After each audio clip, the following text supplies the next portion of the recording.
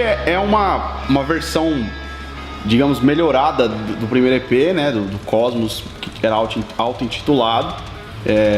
Dessa vez o conceito está mais pesado, a gente tentou colocar mais elementos de orquestra, ele está mais sombrio, digamos assim, no geral, e as composições estão mais pesadas, estão mais densas. Todas as músicas têm a sua particularidade de ser bastante tenso, assim.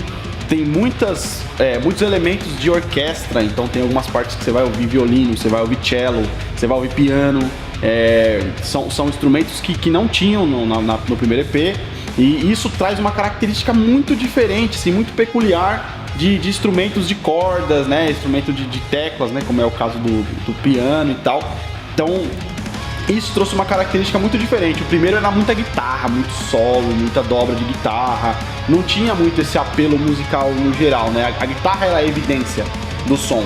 Nesse caso, no Redshift, ele já tá mais um apelo geral, a banda aparece como um todo, e não só a guitarra, né?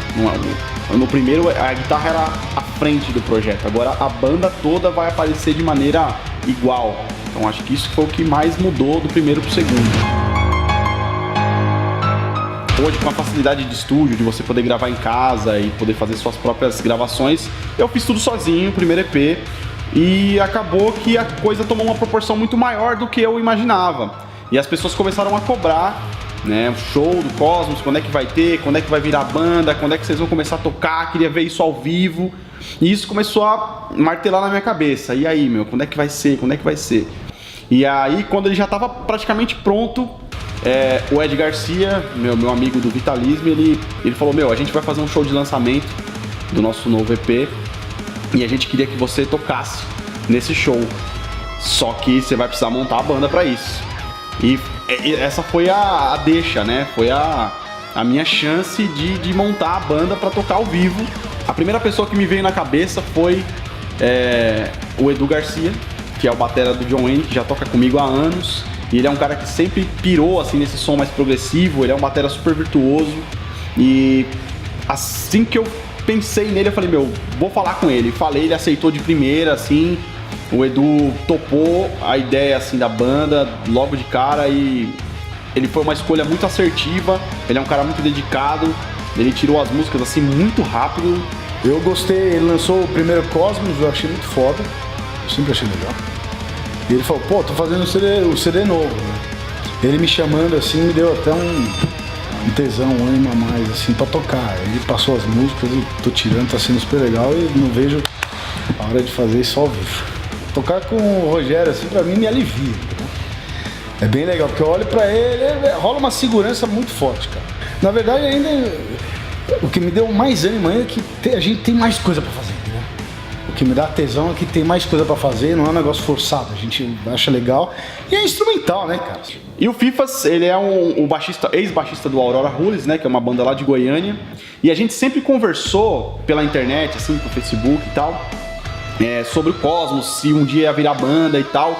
E ele foi um cara que sempre esteve disposto a me ajudar a tocar na banda, se precisasse, algum dia fazer show. Ele sempre esteve presente, assim, né? E casou, assim, meio que sem querer, ele vir morar em São Paulo no final do ano passado. A primeira vez, assim, que eu pensei, quem vai ser o baixista?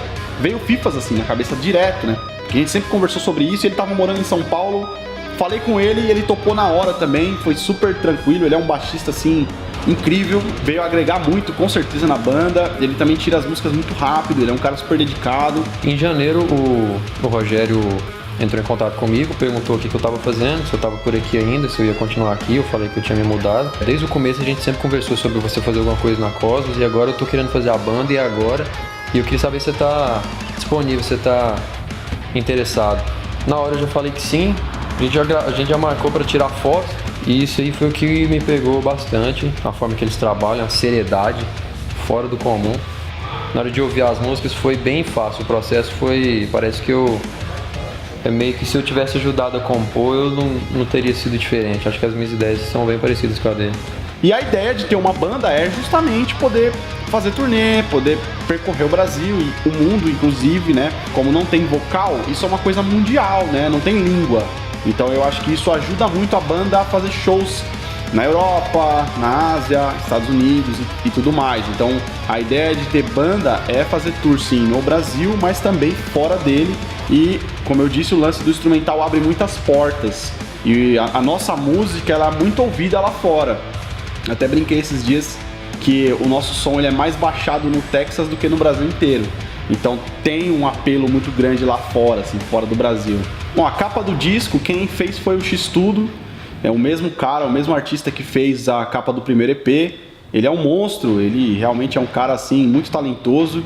E eu não pensei duas vezes em fazer com ele de novo, porque o resultado da primeira foi incrível. E eu disse assim pra ele mais ou menos como era a minha ideia, o conceito do Redshift. E ele já brisou numa coisa assim muito louca, né? A capa ficou muito bem ilustrada, né? O desenho, assim, as pessoas...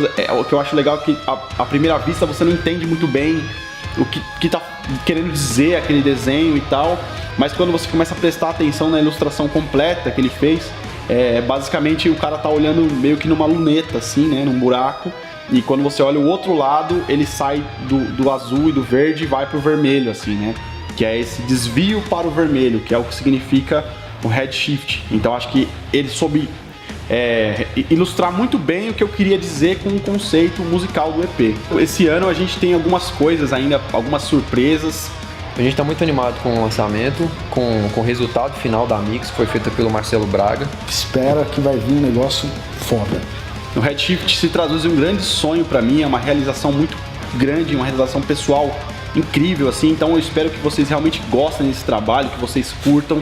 Quando sair, vocês vão lá, assistam no YouTube, escutem no Spotify, no Deezer, no iTunes, Google Play e tudo mais, né? Isso ajuda bastante a banda a continuar fazendo esse trabalho, né?